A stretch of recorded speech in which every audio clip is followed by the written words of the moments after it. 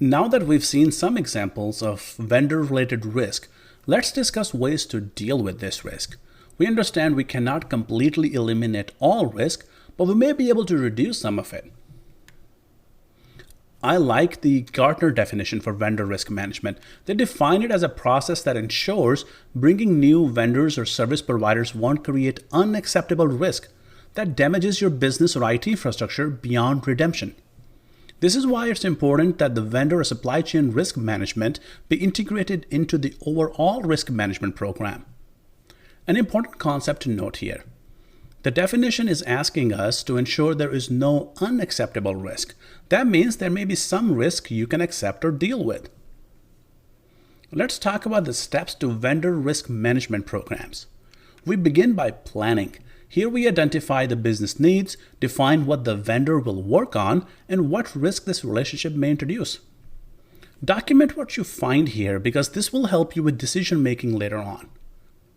In due diligence, the request for proposals process needs to define your security requirements and how the vendor will show evidence of meeting or exceeding those requirements.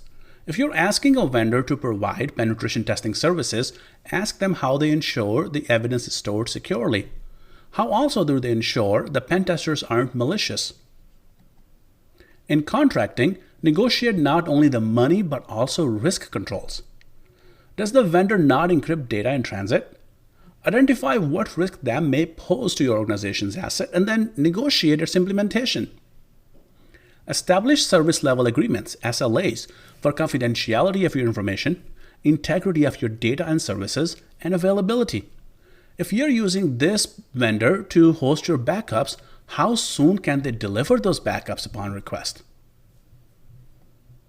Monitor and assess. This is where we are going to use established contract to monitor compliance with. Is the vendor complying with the security controls we put in place? Are they introducing any new risks that we were not aware of? If possible, use on-site evaluation to ensure integrity in reporting instead of solely relying on self-evaluation by the vendor. Termination may be difficult, and in this process, we want to make sure we revoke all access and have all the assets returned.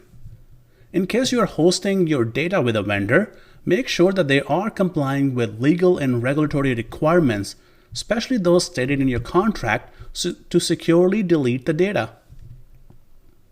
Once the vendor relationships age, we tend to become less strict and fall into they know what they're doing. While the relationships are important, focus on the integrity rather than trust. Verify the contractual requirements are being met. This is why it's important to have segregation between departments relying on vendor services and those that are auditing those contractual obligations.